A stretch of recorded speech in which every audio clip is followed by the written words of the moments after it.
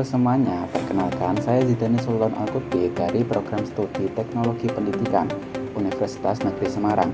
Nah, di video pembelajaran kali ini saya akan mengajak teman-teman semua untuk memahami salah satu teori penting dalam dunia pendidikan, yaitu teori belajar behaviorisme. Nah, sebelum kita bahas lebih jauh tentang teori belajar behaviorisme, mari kita pahami dulu apa sih yang dimaksud dengan teori belajar itu.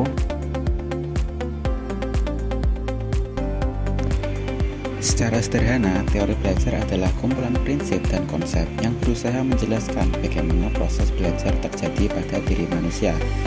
Nah, teori ini membantu kita memahami bagaimana seseorang bisa berubah dari yang tidak tahu menjadi tahu, dari yang tidak bisa menjadi bisa, dan dari perilaku lama menuju perilaku baru.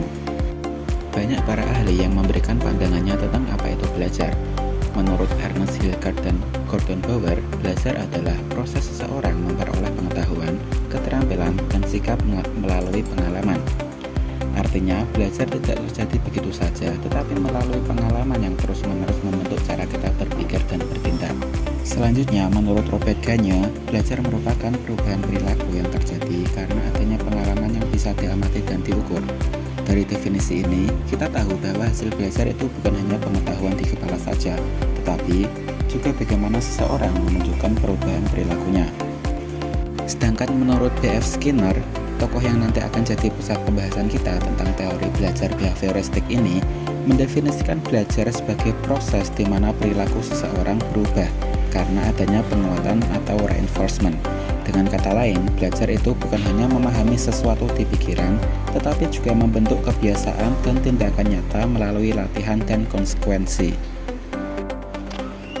Dari sekian banyak teori yang ada satu teori yang mempunyai pengaruh besar dalam membentuk perilaku dan kebiasaan belajar siswa, yaitu teori belajar behaviorisme.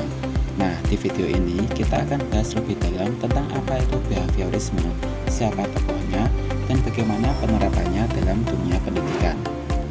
Teori belajar behaviorisme berasal dari kata behavior yang berarti perilaku. Jadi, teori ini memandang belajar sebagai perubahan perilaku yang dapat diamati dan diukur akibat dari adanya interaksi antara individu dan lingkungannya. Behaviorisme berfokus pada apa yang dilakukan, bukan apa yang dipikirkan. Teori ini banyak diterapkan dalam pendidikan, terutama untuk membentuk kebiasaan, kedisiplinan, dan perilaku belajar yang positif melalui latihan berulang dan pemberian penghargaan. John B. Watson dikenal sebagai tokoh yang pertama kali memperkenalkan istilah behaviorisme. Ia percaya bahwa perilaku manusia bisa dibentuk dan dikendalikan melalui pengalaman serta kebiasaan. Kemudian ada Ivan Pavlov. Dia adalah seorang ilmuwan asal Rusia yang terkenal dengan penelitiannya tentang proses belajar melalui pembiasaan atau terkenal dengan classical conditioning. Dalam eksperimennya, Pavlov menggunakan seekor anjing untuk membuktikan bagaimana perilaku bisa dibentuk melalui hubungan antara stimulus dan respon. Dalam eksperimennya, awalnya Pavlov membunyikan bel setiap kali memberikan makanan kepada anjingnya. Setelah dilakukan berulang kali, anjing tersebut mulai mengeluarkan air liur setiap kali mendengar suara bel, meskipun tidak ada makanan. Nah, dari hasil ini, Pavlov menyimpulkan bahwa anjing tersebut telah belajar mengasosiasikan suara bel dengan makanan. Fenomena ini disebut pembiasaan klasik atau classical conditioning, yaitu proses belajar di mana suatu stimulus netral menjadi pemicu respon tertentu karena sering dikaitkan dengan stimulus lain. Selanjutnya, teori belajar behaviorisme dikembangkan lebih jauh oleh B.F. Skinner. Dia memperkenalkan konsep operant conditioning, yaitu proses belajar di mana perilaku seseorang dipengaruhi oleh konsekuensi, seperti penguatan atau reinforcement dan hukuman atau punishment.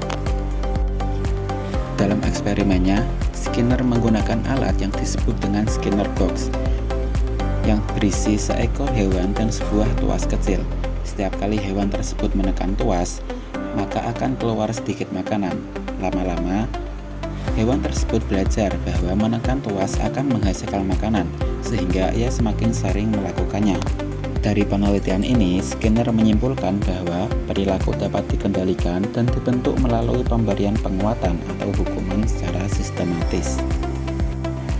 Dalam dunia pendidikan, teori belajar behaviorisme banyak diterapkan untuk membentuk kebiasaan dan kedisiplinan belajar siswa. Prinsip utamanya yaitu memberikan stimulus dan penguatan atau reinforcement secara konsisten agar perilaku positif muncul dan bertahan. Contohnya seperti guru yang memberi pujian, nilai tinggi atau penghargaan kepada siswa yang aktif dan rajin di kelas. Nah, ini disebut dengan penguatan positif. Dari seluruh pembahasan tadi, dapat disimpulkan bahwa teori belajar behaviorisme menekankan bahwa belajar merupakan proses perubahan perilaku yang dapat diamati dan diukur sebagai hasil dari pengalaman, pengulangan, dan penguatan. Melalui eksperimen Pavlov dan Skinner, kita belajar bahwa perilaku manusia dapat dibentuk melalui hubungan antara stimulus, respon, dan konsekuensi.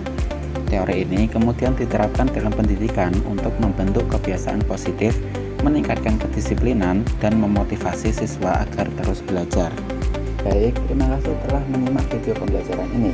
Semoga penjelasan tentang teori belajar behaviorisme dapat menambah wawasan dan membantu kita untuk memahami bahwa perilaku positif selalu dimulai dari pembiasaan yang baik.